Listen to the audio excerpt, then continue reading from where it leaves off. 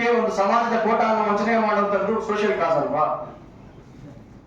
Sir, ಈಗ ನೀವು ಇಷ್ಟು ದಿನ ಮಾತಾಡೇ ಇಲ್ಲ, ಅವ್ರು ಮಾತಾಡಿದ್ಮೇಲೆ ತಾವು ರಿಯಾಕ್ಟ್ ಮಾಡ್ತಾ ಇದ್ದೀರಾ ಅಂದ್ರೆ ಇದೊಂದು ರೀತಿಯಾಗಿ ಪರೋಕ್ಷವಾಗಿ ಎಚ್ಚರಿಕೆ ಕೊಡುವಂಥದ್ದು ತಮ್ಮ ಬಗ್ಗೆ ಮಾತಾಡ್ತಾ ಇದ್ದಾರೆ. ಸರ್, ಪರೋಕ್ಷವಾಗಿ ಎಚ್ಚರಿಕೆ ಕೊಡುವಂಥದ್ದು ನಾನು ಅವನು ಥ್ರೆಟ್ ಮಾಡುವಂಥದ್ದು ವಾದ ಮಾಡುವಂಥದ್ದು ನಮ್ಮ ಎಸಿಡಿ ಇಲ್ಲ.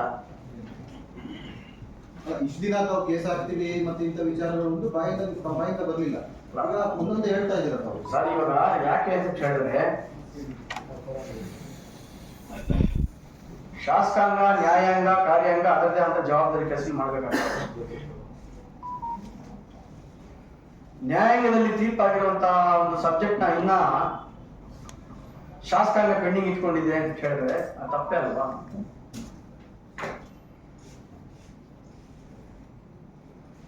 ತಪ್ಪೇ ಅಲ್ವೇನು ಸರ್? ತಮ್ಮ ಪಕ್ಷದೇ ಇರೋದಲ್ಲ ಆಡಳಿತ. ನಾನು ಯಾವ ಪಕ್ಷ, ಈ ಪಕ್ಷ, ಆ ಪಕ್ಷ ಮಾತಾಡ್ತಾ ಇದ್ದೇನೆ. ಪಕ್ಷದ ವಿರುದ್ಧನೇ ಕೊಟ್ಟಂಗ ಅಲ್ಲ, ನಾನು ಈ ಪಕ್ಷ ಆ ಪಕ್ಷ ಮಾತಾಡ್ತಾ ಇಲ್ವಲ್ಲ ಸರ್.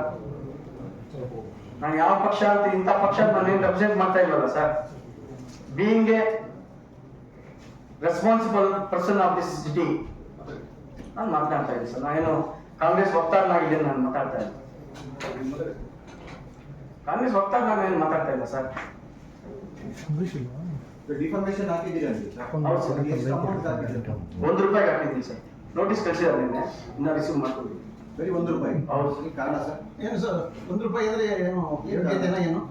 ಯೋಗ್ಯತೆ ಅಂತಲ್ಲ, ನನ್ನ ಯೋಗ್ಯತೆ ಅಂತ ಹೇಳ್ತಾರೆ. ನಾನು ಹಾಕಿರೋದು ಡೆಫರ್ಮೇಶನ್, ನನಗೆ ₹1 ನಷ್ಟ ಆಗಿ ನಾನು ಹಾಕ್ತಾ ಇರೋದು. ಯಾರ ಯೋಗ್ಯತೆ? ನಿಮ್ದ ಅವ್ರ?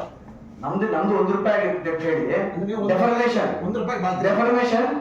ಡೆಫರ್ಮೇಶನ್ ನಾನು ಹಾಕ್ತಾ ಇರೋದು ₹1 ಬೆಲೆ ಕಟ್ಟಿ ಆತ್ನು ಇಲ್ಲ ಈ ನೋಟಿಸ್ಗೆ ರಿಪ್ಲೈ ಮಾಡಿ ಇಮಿಡಿಯೇಟ್ ಕ್ಷಮೆ ಕೇಳಬೇಕು. That's it's the matter. Otherwise he has to face the circumstances of the law. ಇಷ್ಟೊಂದು ವಿಚಾರ ಬರೀ ₹1 ಬೆಲೆ ಬರುತ್ತೆ ಸರ್. ನಂಗೆ ದುಡ್ಡು ಮುಖ್ಯ ಅಲ್ಲ ಸರ್. ಇಲ್ಲಿ ಆತನ ಬಳಸಿರುವಂತ ಪದ ಮುಖ್ಯ ನನಗೆ. ಆತನ ಪ್ರಕಾರ ನಾವು ತಿರುಗೋಟಿಲ್ಲ ಸರ್. ತಿರುಗೋಟಿ ಬರೀ ಇನ್ನೇನು ₹1 ₹1 ಇರ್ತದ?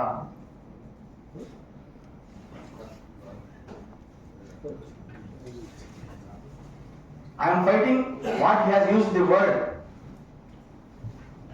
I am fighting on that word. As per law, ಆತ ನನಗೆ ರಿಪೇಯಲ್ಲಿ ಕ್ಷಮೆ ಕೇಳಿದ್ರೆ ಮುಗಿದೋಯ್ತು.